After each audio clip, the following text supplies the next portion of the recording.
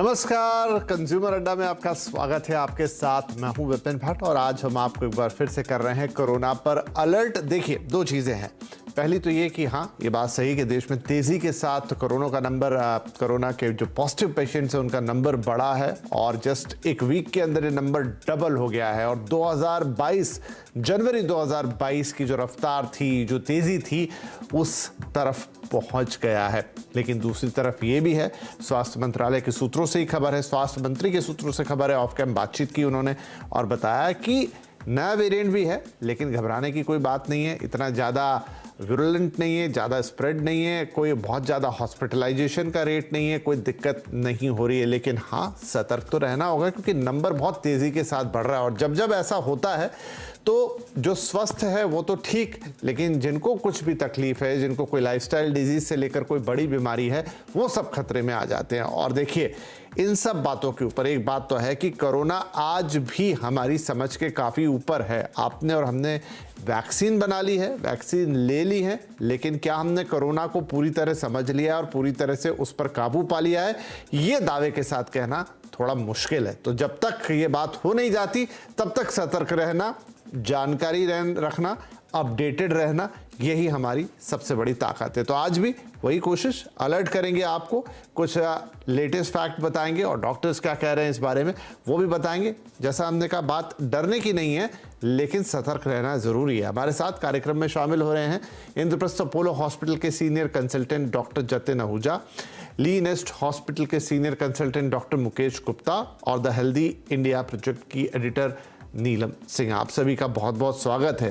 तो डॉक्टर जतिन, आपसे ही हम शुरुआत करते हैं। अभी एक नंबर्स की बात करें तो जैसा मैंने कहा कि पिछले वीक के मुकाबले नंबर डबल हो गया, बहुत तेज़ी से मल्टीप्लाई हो रहा है। नए वेरिएंट की भी बात हो रही है, 2022 जनवरी की जो स्थिति थी उतनी रफ्तार पकड़ ली है। तो क्या ये सारे फैक्ट इस बात की तरफ इशारा करते हैं कि हमें एक बार फिर से डरना तो नहीं है लेकिन सतर्क अच्छा खासा हो जाना चाहिए? थैंक यू विपिन जी। तो जैसा आपने बताया कि जैसा कि जनवरी 2022 में डबलिंग टाइम था, वो ऑलमोस्ट 7 डेज पे था। अभी फिर वैसी ही कंडीशन आ गई है, जो डबलिंग टाइम है यानी कि नंबर ऑफ केसेस को डबल होने का, वो 7 डेज में हो चुका है। तो हर 7 दिन में केसेस आर गेटिंग डबल। तो it's a very high transmission जो चल रहा है वायरस का, कम्युनिटी में चल रहा है, क्योंकि अब कोई मैक्सिमम लोग मास्क यूज़ नहीं कर रहे हैं। कम्युनिटी में सारे कहते हैं जो प्रोग्राम्स हैं जिस तरीके से चलते हैं वैसे चल रहे हैं। तो एक्सपोजर जो है वायरस का चल ही रहा है। एंड जो पेशेंट वल्नरेबल हैं, जैसे कि इम्यूनो कॉम्प्रोमाइज पेशेंट, उन्हीं के अंदर हम देख रहे हैं कि जो ऑक्सीजन की दिक्कत या कुछ हद तक फीवर लंबा चलना, हाई ग्रेड चलना, वैसी परेशानी की दिक्कत आ रही है। अदरवाइज जो एक हेल्दी इम्यूनो कॉम्पिटेंट पर्सन है, जिसकी इम्यूनिटी ठीक है, जिसने तीनों डोज वैक्सीन की ले रखी हैं, उसके अंदर सिवाय 3 से 4 दिन के फीवर के अलावा और फ्लू लाइक सिम्टम्स के अलावा ऐसा कुछ देखने को नहीं मिल रहा। जी, ठीक है। नीलम जी, ये नंबर जो डबल हो गया है वीक के अंदर, हम ये मान के चल रहे हैं कि अभी तो टेस्टिंग वैसे इंक्रीज हुई है लेकिन फिर भी टेस्टिंग के लेवल वो तो नहीं है जो हमने एक फुल टाइम टेस्टिंग को देखा था। तो क्या अगर वो टेस्टिंग बढ़ाई जाए तो ये नंबर और भी बढ़ता हुआ नजर आएगा? ये कुछ हद तक पॉसिबल हो सकता है, क्योंकि अगर दोबारा से उसी लेवल पे हम लोग टेस्टिंग करना स्टार्ट करेंगे तो बहुत सारी चीजें जो अभी अंडर द कवर है वो सामने आनी शुरू हो जाएंगी। ये एक रीजन इसका ये भी हो सकता है कि पहले अब हम लोग बहुत ज्यादा लापरवाह भी हो चुके हैं। जैसा डॉक्टर साहब ने बताया कि अब हम लोग उतना सतर्क नहीं है जितना हमें होना चाहिए था और बहुत लापरवाह होते जा रहे हैं। इसलिए हम लोग छोटे से खांसी जुकाम को जो अभी माहौल में चेंजेस आ रहे हैं, जो एनवायरनमेंट में चेंजेस आ रहे हैं या जैसे मौसम बदल रहा है, इसको समझ करके हम लोग इग्नोर कर रहे हैं। तो अगर हम लोग बराबर अपने डॉक्टर से सलाह लेते रहेंगे और टाइमली अपना चेकअप कराते रहेंगे, हर चीज के लिए डॉक्टर के पास जाके कंसल्ट करेंगे, तो शायद ये पॉसिबल है कि ये नंबर्स और बढ़ जाएं। डॉक्टर जतिन, तो बीच में ये हुआ था कि देश के अंदर फ्लू जिसको हम कहते हैं, इन्फ्लुएंजा, वो भी बहुत फैला था। H3 और N2 के कॉम्बिनेशन निकल रहे थे कोविड के साथ साथ। क्या वो स्थिति अब चली गई है? क्या एटलीस्ट जो इन्फ्लुएंजा है अब वो काबू में है या मौसम अब थोड़ा परिवर्तित हो गया है फिर से, तो उससे उसके केसेस कम हो रहे हैं? अभी भी वही स्थिति बनी हुई है? सर, अगर देखा जाए तो पेशेंट्स जो होते हैं वो हमेशा बुखार, जुकाम, खांसी, गला खराब, जिसे हम कफ एंड कोराइजा कहते हैं, ऐसे सिम्टम के साथ ही आते हैं। और अगर हम डिटेक्ट करने की कोशिश करते हैं कि उसमें अगर कोविड टेस्ट करवाएं, कोविड नेगेटिव है, तो हमारे को एक्सीडेंटली H1N1 या H3N2 मिल रहा है। और अगर हम H1N1 या H3N2 की तरफ भागते हैं, इन्फ्लुएंजा की टेस्टिंग करवाते हैं और अगर वो टेस्ट नेगेटिव आते हैं तो कोविड निकल जाता है। तो ऐसा नहीं है कि इन्फ्लुएंजा टोटली आउट हो चुका है और कोविड आ गया है। तो अभी तक हमारे को एज ऑफ नाउ, मैं कल तक की बात करूं तो हमारे को दोनों ही केसेस पॉजिटिव पाए जा रहे हैं, चाहे वो कोविड हो चाहे आपका इन्फ्लुएंजा हो। डॉक्टर साहब, नए वेरिएंट XBB.1.16 इसकी बात हो रही है। हालांकि स्वास्थ्य मंत्री खुद मतलब जो सूत्रों से हमें पता चला है, जिन्होंने बातचीत की रिपोर्टर्स और तमाम लोगों के साथ, उनके हिसाब से नया वेरिएंट है, ज़रूर फैल रहा है, लेकिन ये इतना खतरनाक नहीं है। हो सकता है कि ये बात मतलब सही है, और अगर स्वास्थ्य मंत्री कह रहे हैं तो सही होगी ही, लेकिन इसकी रफ्तार तो तेज़ है। तो क्या वो एक दिक्कत दे सकती है रफ्तार, भले ही वो बहुत ज़्यादा अपने साथ उस तरह का खतरा ना लेके आए जहां जान पे बात चली जाए, लेकिन क्या उसकी तेज़ रफ्तार ही आपके लिए समस्या बन सकती है? सर, जैसे कि XBB.1.16 जिसका दूसरा नाम हमने आर्कटूरस दिया गया है, तो जो आर्कटूरस है XBB.1.16, इसकी जो फैलने की जो क्षमता है वो डेफिनेटली बहुत हाई है। बट जो हमारी टेस्टिंग की जो क्षमता है, जो हम कर सकते हैं लेकिन हम कर नहीं रहे, पेशेंट को जब तक पता लगता है, सिम्टम्स आते हैं, या फैमिली में जब तक 3-4 बंदे पॉजिटिव ना हो जाए, तब तक कोई टेस्ट करवाता ही नहीं है।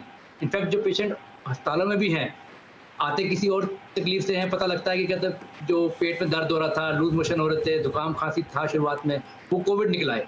तो अभी उस तरीके की जो पहले जैसे था कि भाई हमारे माइंड में सेट हो गया था कि भाई पेशेंट को स्क्रीन करना ही करना है कोविड से, तो अभी वो स्क्रीनिंग जो है कुछ हद तक लिमिटेड हो रखी है, वो स्क्रीनिंग नहीं हो पा रही।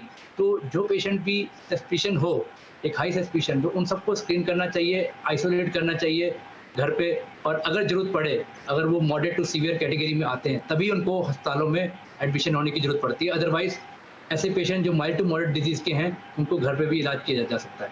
जी, तो डॉक्टर साहब, यही इम्पोर्टेंट सवाल होगा कि आप अव्वल कहीं आपका टेस्ट हो जाता है, आपको लग रहा है कि बुखार खांसी आपको है, तो क्या दो चीज़ें हैं इसमें, क्या आपको टेस्ट करा लेना चाहिए, और मान लीजिए कि वो टेस्ट अगर पॉजिटिव आ रहा है तो फिर आपको आइसोलेट हो जाना चाहिए, पहले की ही तरह, जिस तरह का एक मॉडस ऑपरेंडी था कि आप अगर आपको माइल्ड सिम्टम है तो आप घर पे रहिए, अगर आपकी सांस आप जो पैरामीटर्स हैं आज भी, कि आप अपना ऑक्सीजन लेवल चेक करें, आप बुखार का लेवल चेक करें, या डॉक्टर से ही कंसल्ट कर लें, और फिर वो अगर हॉस्पिटलाइजेशन बोलते हैं तो वो, नहीं तो घर में एटलीस्ट आइसोलेट रहें। बट जी देखो, 95% से ऊपर जो पेशेंट होते हैं, दे आर हैविंग दी मतलब वेरी मिनिमल और माइल्ड डिजीज, मैं कहूँगा, ठीक है। उनको तो आप कहते हैं घर पे अगर रैपिड टेस्ट कर सकते हैं तो बहुत अच्छी बात है, नहीं तो आप कोविड RT-PCR भी करवा सकते हैं। टेस्ट करवाने का फायदा, जो बेनिफिट होता है माइल्ड डिजीज में भी, वो ये होता है कि हमारे जो पेरेंट्स हैं घर पे, जो बुजुर्ग हैं, जिनको ऑलरेडी कोई अंडरलाइंग डायबिटीज या एज फैक्टर की वजह से कोई डिजीज इलनेस है, हम अपने आप को अलग करके उनको ट्रांजिशन बचा सकते हैं। अगर हम टेस्ट ही नहीं करेंगे, हम सोचेंगे कि भाई हमें कुछ नहीं हो रखा, जस्ट शरीर में हल्का सा दर्द है, बुखार है, तो तब तक हम फैला चुके होंगे फैमिली, अपनी कम्युनिटी के अंदर। तो टेस्ट करने का अपना एक फ़ायदा है, हम टेस्ट करके अपने आप को आइसोलेट कर सकते हैं for time being 5 to 7 days mild disease के अंदर। तो जैसे ही हम ठीक फील करें, मास्क पहन के दोबारा हम अपने काम पे जा सकते हैं। तो नीलम जी, क्योंकि आप इन सारी चीज़ों पर नज़र रखती है, टेस्टिंग को लेकर इस वक्त कैसी एक्टिविटी है? क्या लोकल एडमिनिस्ट्रेशन, क्या स्टेट गवर्नमेंट्स, क्या लोकल बॉडीज़ टेस्टिंग को लेकर अफर्मेटिव हैं कि हाँ भाई हमें टेस्टिंग अब बढ़ानी चाहिए, या आप टेस्टिंग के लेवल काफ़ी लो हैं? नहीं, टेस्टिंग के लेवल प्रॉपर हैं, और गवर्नमेंट भी इस बारे में काफी ज्यादा एक्टिव है कि टेस्टिंग प्रॉपर तरीके से होनी चाहिए। जैसा आप बता रहे हैं कि स्वास्थ्य मंत्री भी इस बारे में बोल रहे हैं कि उनकी तरफ से पूरा सपोर्ट किया जा रहा है, और सारी जो भी सपोर्ट वो लोग दे सकते हैं वो सब कुछ है। पर जो इंसानों की तरफ से है, हम लोगों की तरफ से, पेशेंट्स की तरफ से, हम लोगों को ज्यादा हेल्थ अवेयर होने की जरूरत है।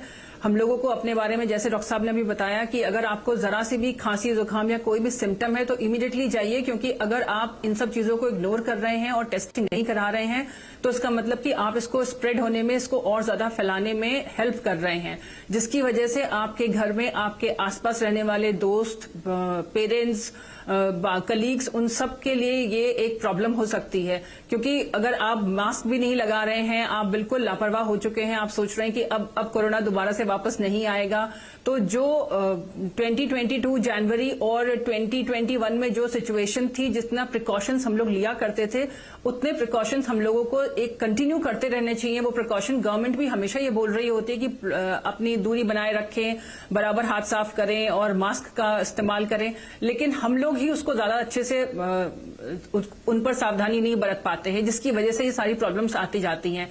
भले ही जरा सी भी अगर आपको प्रॉब्लम हो रही है, इमीडिएटली अपना टेस्ट कराइए, जाइए, और गवर्नमेंट की फैसिलिटीज हर जगह उपलब्ध हैं। प्लीज उन सुविधाओं का उपयोग करिए और जाकर के अपना टेस्ट कराइए और डॉक्टर से बराबर कंसल्ट करिए। कभी भी उसको लापरवाही में मत लीजिए कि नहीं, मुझे हल्का सा सर्दी खांसी जुकाम है और ठीक हो जाएगा, क्योंकि आपको नहीं पता कि ये कितनी ज्यादा इसकी कंडीशन खराब हो सकती है। कंसिडरिंग कि अगर आपको कोई प्री एग्जिस्टिंग हेल्थ कंडीशन हो, उसमें ये और ज्यादा दिक्कत कर सकता है। जी बिल्कुल।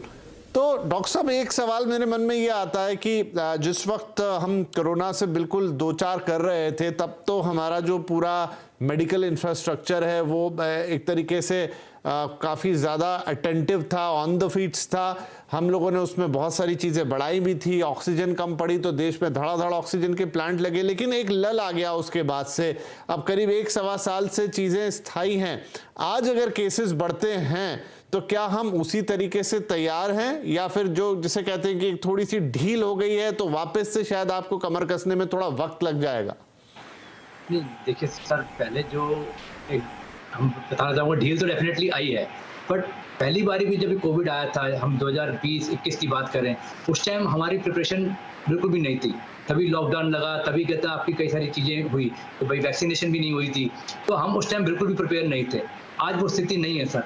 आज कई पॉपुलेशन में मैं कहूँगा कि वैक्सीनेशन आपकी कहते हैं 90% हो चुकी है।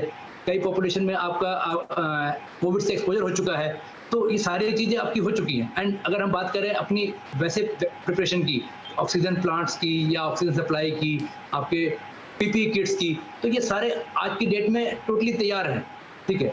तो वो चीज़ जो पहले प्रॉब्लम आई, वो चीज़ प्रॉब्लम तो नहीं आने वाली है, बट हाँ, we are more wiser this time.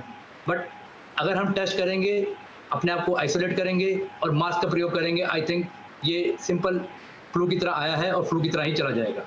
Ji, doctor Gupta भी यहाँ पर जुड़ गए हमारे साथ। डॉक्टर गुप्ता, एक सवाल ये, हालांकि हमने पहले जितना देखा है तो मौसम का तो कोई इम्पैक्ट कोरोना पर कभी हुआ नहीं, लेकिन फिर भी हम गर्मियों की तरफ जा रहे हैं, कड़क गर्मियों की तरफ। हालांकि मौसम इस वक्त थोड़ा सा मिक्स टाइप का है, गर्मी थी पहले बीच में, फिर अचानक से पूरे देश में बारिश हुई, ओले गिरे, अभी भी कुछ कुछ वैसा है। अब प्रेडिक्शन आया है कि अगले 2 महीनों में बहुत तेज़ गर्मी पड़ने वाली है। तो क्या इम्पैक्ट देखेंगे हम इसका वायरस पे? क्या ये जो केसेस अभी राइज हो रहे हैं ये कम भी हो सकते हैं, या फिर सीधा कोई कोरिलेशन निकालना मुश्किल है? देखिए विपिन जी, आप जो कह रहे हैं ना, ये फैक्ट ऑफ लाइफ है। हमने जब कोरोना आया था पहली बार, जब फर्स्ट टाइम इंट्रोड्यूस हुआ था हमारे जहन में कि ऐसी कोई चीज है, तब हम यही सोचते थे कि हो सकता है ठंडी में फर्क पड़ जाएगा, हो सकता है गर्मी में, लेकिन ऐसा कुछ होता नहीं है। ऑर्गेनिज्म अपनी और अपना सर्वाइवल के लिए जो जो चीजें हैं मॉडिफिकेशन करते चले जाता है और वो रह जाता है सिस्टम में। सो मेरी समझ से मेरा तो यही एडवाइस रहेगा कि आप अगर मौसम के ऊपर विश्वास करके चलेंगे तो आप तकलीफ में आ जाएंगे। आपको अपनी सेहत का खुद ध्यान रखना है। मेरा मैसेज यही रहेगा कि आपको अपने मास्किंग और कोरोना के हिसाब से रेलेवेंट बिहेवियर करना बहुत जरूरी है और मौसम पे मत डिपेंडेंट रहिए। जी हाँ, नहीं बिल्कुल। मास्किंग तो देखिए बहुत सारे लोगों में तो हम देखते हैं कि सेल्फ मास्किंग भी हो जाती है, लेकिन फिर भी अब चूंकि वायरस का इम्पैक्ट है और हम देख रहे हैं कि पिछले 1 हफ्ते में रेट काफ़ी बड़ा है, स्प्रेड भी बहुत तेज़ी से हो रहा है, क्या फिर से वक्त आ गया है कि थोड़ा सा अवेयर होकर एक मास लेवल पे मास्किंग और सोशल डिस्टेंसिंग, थोड़ा सा हैंड, जो भी टिपिकल प्रोटोकॉल है कोरोना का, उसको फॉलो कर लिया जाए तो बेहतर है? अब ये तो बात फैक्ट है कि देखिए कोरोना के केसेस बढ़ रहे हैं और कोरोना के अलावा इन्फ्लुएंजा एक अनदर थिंग है, बिकॉज बहुत इंसिडेंस ऑफ इन्फ्लुएंजा का जो वैक्सीनेशन इम्यूनाइजेशन है काफी कम हो गया था क्योंकि लोगों को लगा कि भाई अब हमने कोविड का वैक्सीन ले लिया इसलिए इन्फ्लुएंजा से हम प्रोटेक्टेड हैं। सो ये जो राइनो वायरस, इन्फ्लुएंजा में इन्फ्लुएंजा ए, इन्फ्लुएंजा बी, उसमें H3N2, H1N1 और विक्टोरिया और यामागाटा स्ट्रेन इन्फ्लुएंजा बी के, ये सारे अपने अपने तरीके से फैल रहे हैं और add to that corona virus के जो मॉडिफाइड नए स्ट्रेन आ रहे हैं। So in simple words, respiratory infection जो पहले एकदम कम हो गए थे because of our protective behaviour, हम मास्क लगाते थे और जो अपने टच और जो कॉन्टैक्ट्स है उसको हम केयर करते थे, डिस्टेंसिंग सोशल मेंटेन करते थे, वो अब चला गया है। सो मॉरल हियर यहाँ पर यही है कि अब हमें फिर से दोबारा एक चीज ध्यान रखना पड़ेगा कि अगर हमें अपनी सेहत का ख्याल रखना है तो हमें ये चीजों का केयर करना पड़ेगा। और दूसरा, सेल्फ रेगुलेशन। यदि किसी को बुखार है या सर्दी जुकाम है तो अपने आप से आप ध्यान रखें कि आप खुद तो मास्क पहन लीजिए जिससे दूसरे को ना फैलाए। वो सबसे ज्यादा जरूरी है, बिकॉज एक इंसान को सर्दी होती है तो उससे तो समझ में आ रहा है ना कि उसे सर्दी है। तो मैं सबसे पहले आपके माध्यम से उन लोगों से ये कहना चाहूंगा, यदि आपको बुखार है, आपको सर्दी है, तो पहले आप पहन लीजिए। आपने यदि पहन लिया तो आपका परिवार और आसपास के लोग सुरक्षित हो सकते हैं। बिल्कुल, थोड़ी सी मतलब मास्क की हम सबको आदत भी है, अवेयरनेस भी है, अब तो अटपटा भी नहीं लगता। तो अगर छोटा मोटा कुछ प्रॉब्लम है और मास्क पहन लेते हैं, पब्लिक में जाते समय पहन लेते हैं, ऐसे ही पहन लेते हैं सर्दी खांसी पे, तो वो हमें बचाएगा ही। तो एक अच्छी प्रैक्टिस हो सकती है। चलिए एक छोटा सा ब्रेक लेते हैं यहाँ, लेकिन ब्रेक के बाद एक बड़ा सवाल ये कि most of the population vaccinated है, लेकिन उस वैक्सीनेशन, उस बूस्टर डोज को भी अब कई महीने बीत चुके हैं। तो जब ये कोरोना फिर से लौट कर आया तो क्या वो वैक्सीनेशन आज भी हमें प्रोटेक्ट कर रहा है? क्या इसके आगे तो अभी वो गवर्नमेंट की तरफ से कोई गाइडलाइन आएगी तो आएगी, तभी वो वैक्सीनेशन होगा। या जिन लोगों के ड्यू हैं एटलीस्ट उनके लिए टाइम है कि करा ले। बच्चों का क्या, क्योंकि उनके लिए 2-3 तरह की अलग अलग वैक्सीन आई थी। कुछ बड़े सवाल होंगे क्योंकि हमारे पास प्रोटेक्शन के लिए जो सबसे बड़ा हथियार है वैक्सीन ही है। चर्चा जारी रहेगी, छोटा ब्रेक ले रहे हैं।